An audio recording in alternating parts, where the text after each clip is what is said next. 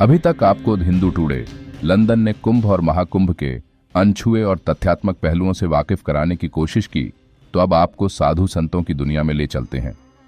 महाकुंभ में शाही स्नान का खासा महत्व है, लेकिन इस विषय को समझने से पहले नागा बाबाओं के कठिन जीवन को जान लीजिए कि उनकी तपस्या और आध्यात्मिक साधना मानव कल्याण और सनातन धर्म का धरती पर हमेशा से परचम लहराते रहने के लिए होती है।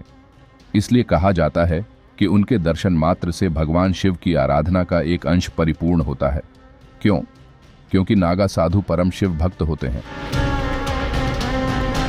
प्रयागराज में 13 जनवरी 2025 से शुरू होने जा रहे महाकुंभ के शाही स्नान का इंतजार हर साधु संत को बेसब्री से होता है।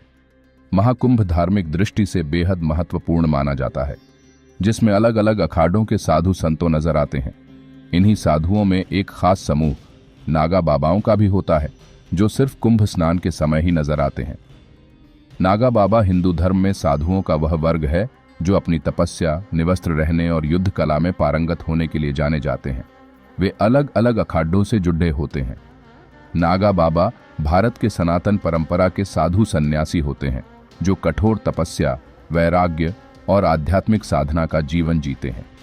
नागा बाबाओं ने समाज से अलग रहने और साधना में जीवन बिताने का संकल्प लिया होता है। इसलिए वे लोगों से दूर एकांत में रहना पसंद करते हैं और सार्वजनिक रूप से केवल विशेष अवसरों जैसे कुंभ और महाकुंभ में ही प्रकट होते हैं। महाकुंभ में विभिन्न अखाड़ों के नागा बाबा एक दूसरे से मिलते हैं, विचारों का आदान प्रदान करते हैं और अपना सामाजिक बंधन मजबूत करते हैं। नागा बाबाओं को अपनी परंपरा, ज्ञान और साधना का प्रदर्शन करने का अवसर मिलता है। महाकुंभ में शाही स्नान में नागा साधु स्नान इसलिए करते हैं ताकि आत्मा को शुद्ध करने और मोक्ष प्राप्ति हो सके। इस दौरान नागा बाबा स्नान कर अपने तप और साधना को सिद्ध करते हैं।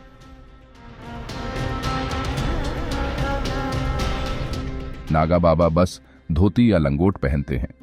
माना जाता है वे सभी आकाश को ही अपना वस्त्र मानते हैं। नागा बाबा युद्ध कला में निपुण होते हैं। वे तलवार, त्रिशूल और अन्य हथियारों का उपयोग करना जानते हैं। वे कठोर तपस्या करते हैं, जैसे कि ठंडे पानी में स्नान करना, भोजन का त्याग करना आदि।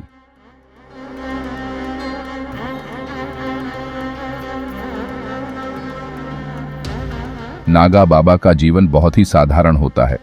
वे भोजन में संयम रखते हैं, योग और ध्यान करते हैं और धार्मिक अनुष्ठानों में भाग लेते हैं। सत्य, सनातन, संस्कृति, वैदिक साहित्य, पौराणिकता और प्राचीन सभ्यता से जुड़ी रोचक जानकारी प्राप्त करने के लिए द हिंदू टुडे चैनल को सब्सक्राइब और शेयर करें। और हाँ, नोटिफिकेशन के लिए कृपया बेल आइकॉन भी ज़रूर दबाएं।